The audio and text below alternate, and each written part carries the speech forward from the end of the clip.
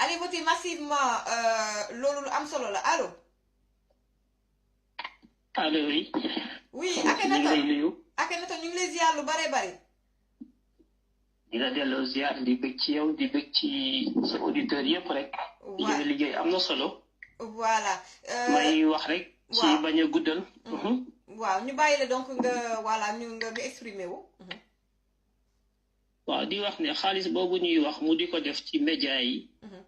dafa déclaré ne moom 3 milliards la def ci campagne bi déclaré wu ko sax mais bi ñu defee rapprochement yi ak les 500 presque 550 communes li mu fa dugal ci ay millions. ci comité électoraux yi bokkul ak trésor de guerre bi muy liggéeyee. ok dafa am benn plan de communication à l'international bu mu déployé wu sans que yaay amee mi ngi koy wax au niveau donc du journal l'essentiel.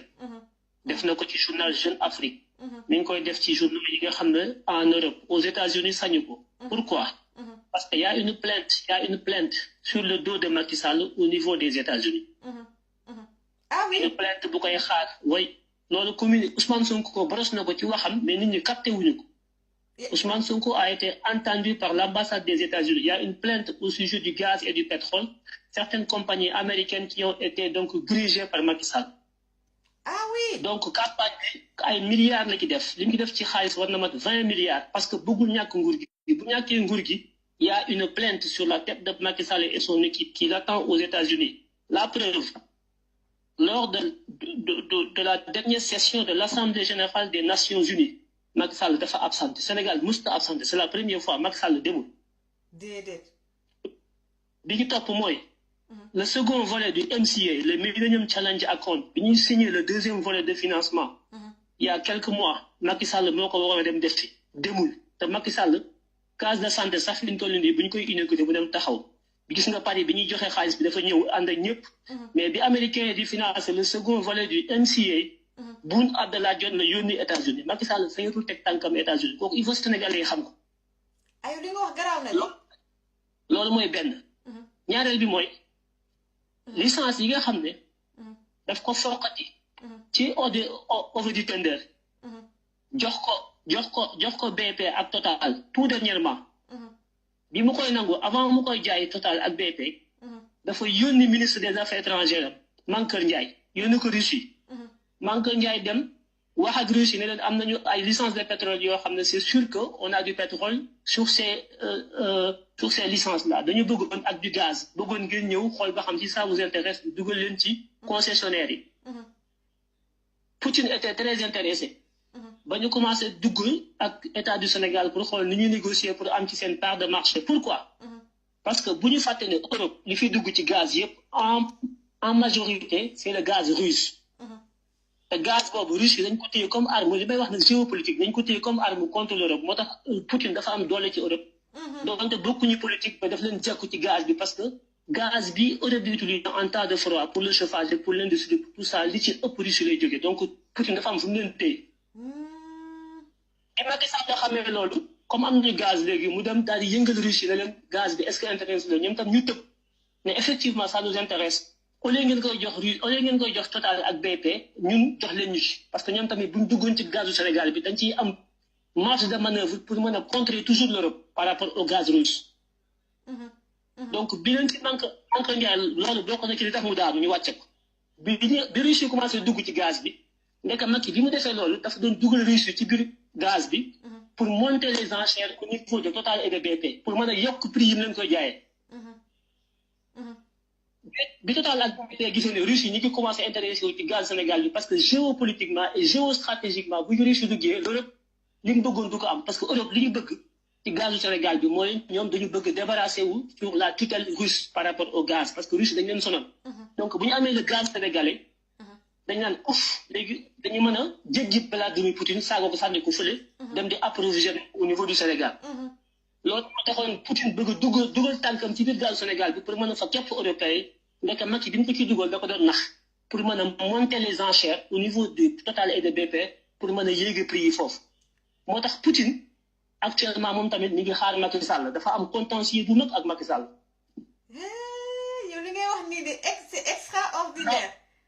li ma leen wax ni c'est des réseaux d'État boo gisee Macky Sall di def ay démonstration de force Sénégal fu mu dem ñu buub région ba yëpp sampal ko mbooloo mi bari tey am na benn wax bu mu wax Guédiawaye nee na nañu fexe ne ba mbooloo mi ni mu baree ñu traduire ko ci biir urne yi nañ fexe ba nit ñi voté xam na ne mbooloo mu bari taxul nga am ay carte yu bari xam na ko de waaye insisté na ne wax na ko tey parce que deful Macky day def campagne pour ñaari cible la am campagne ñaari cible lay campagne day campagne pour sénégalais yi pour ñu mu sàccee élection yi mais day campagne à l'international pour que sàcc gi mu mën ko valider moo tax mu fay 500 000 euros en France ñu ko defee ay publicité moom la yaay amee di wax sànq li mu distribué ci xaalis rek ci ay fédération nag ci ay section à travers le monde rek war na mat 500 000 euros. je te jure ñii ay 60 000 euros fii. ay milliards lay joxe Sénégal te Serigne Seck fu nekk lu dugg ñëpp la corrompre parce que bu jàllul. ces pays lay mujj avec son équipe ñoom ñëpp Mankeur Ndiaye mbuuxam googu mu def Russie moo tax ñu daaneel donc contentieux Russie contentieux États-Unis lii ma lay wax nii topp leen ko Macky Sall def leen dem leen gën gëstu ci ginnaaw sommet Nations Unies bu mujj bi demul volet MCA bi mu dem demul moom ak Aly Ngouille Ndiaye ay plainte yooyu ne xaar États-Unis du ñu fa teg seen tànk jamais li man maa la ko wax. la ilaha illallah Muhammad rasulullah. na ko sénégalais yi xam bu dimanche na ñëpp jóg voté ji Macky Sall bu daanoo du sénégalais ñoo réglé seen compte du Idrissa Seck. du Ousmane Sonko du keneen à l'international am na ñu taxaw tey ñoo xam ne ñoom ñu ngi ne siiw mu wàcc ñu réglé ay comptam su boobaa sénégalais yi sax duñ ko réglé am na ñeneen ay compagnie internationale yoo xam ne caay-caay ga ñu fa def banditisme bi ñu def ci suñu économie réew mi moom lañ def ci biti seen loxo setul mënuñu affaire ay baadoolo lañu lu ñu dugg yàqu ko ñi leen di xaar ci bitim réew pour jaamaar la ñoom ñoo ëpp fuuf sénégalais yi na ko ñëpp xam li may tëjee mooy bu dimanche lii may wax ku ko dégg na nga teel a jóg parce que am nañu taxaw ci biti américains yi ñu ngi surveiller élection yi ñu Sénégal yépp xamul les américains ñoo ñu gën a xam fu réew mi toll ñoo gën a xam fi Macky Sall jóge benn allemand yi ñu ngi surveiller élection yi au Sénégal mais nag ñooñu mënuñu ñoo defal dara lu dul ñu fépp ñun jóg taxaw ñoom ñu fekk si ñu bu ñu jógul voter massivement voter fexe ba 6 millions inscrits à peu près 70% ñu fexe ba 70% des 6 millions 4 millions 5 millions d'électeurs bu ñu ko amee yu dugg ci urne yi dugal seen enveloppe ci urne bi Macky Sall daanu na. billahi kon daal donc càcc gi ñuy wax yëpp solution amul booy woy na mbuus fi mu toll nii benn solution moo fi am benn mooy ñu fépp ñun ñëpp teel a voté balaa midi fexe ba 4 millions 500 5 millions de Sénégalais voté pourquoi parce que Macky Sall natt na boppam xam na ne li mu am ci ay électeurs yëpp weesuwul 2 millions électeurs maximum te loolu dañ ko arrondir ay chiffres yu valable la depuis 2012 ba léegi élection yi fi jàll yëpp dañ ko cumuler def ci ay calcul xool ay force am ay faiblesse am ñu dugg ñëpp ñu xool ne kii doole bi mu am weesuwul 2 millions xam na ko bi mu xamee ne loolu la am moo tax mu jóg ne kon comme pour nga mën a gagner à 51% ci 2 millions il faut que ñiy voté bañ a weesu 4 millions naka laay def ba ñuy voté 4 millions mooy damay jaxase carte gi ubbi ay bureau de vote fii changer ay carte fële te ay carte xale yu ndaw yi parce que xale yu ndaw yi duñu ma voté jaxase carte gi processus ba nga xam ne bu jour élection ba ñiy voté duñu bari taux de participation bi la bëgg mu yées parce que su faible dafay correspondre ak nombre bi mu bëgg nit ñi voté ko muy 3 millions 500 bu ñu voté 3 millions 500 2 millions mi day nekk ma dugg day gagné premier tour na ko sénégalais yi xam de c'est ça donc taux de participation donc gars yi daal le message moom mooy comme lu Akhenaton wax gars yi farlu leen ba avant midi mbir mi na frenkulaayu teel leen génn seeni kër dem ci bureau de vote yi voté ba mbir mi maanaam midi ñu xam ne taux de participation bi rajo yeeg télé yi ne ñëpp gis ne taux de participation bi c'est vraiment élevé. dafa am solo xam nga lu tax gis nga élection. parti au pouvoir xam nga fan lay nattee élection yi mooy taux de participation bu njëkk bi midi lay génn. médias yee koy joxe. bi ci topp 17h lay génn gis nga midi. bu taux de participation bi génnee daañu xam fa élection bi jëm 17h bu taux de participation bi génnee pouvoir bi dina xam ndax ñàkk na wala gañe na. te wàññeekuñu kon Sénégalais yi dañ teel a jóg voté benn vague bi 50% yi dañ ko voté avant midi. 25% yi maximum yi des.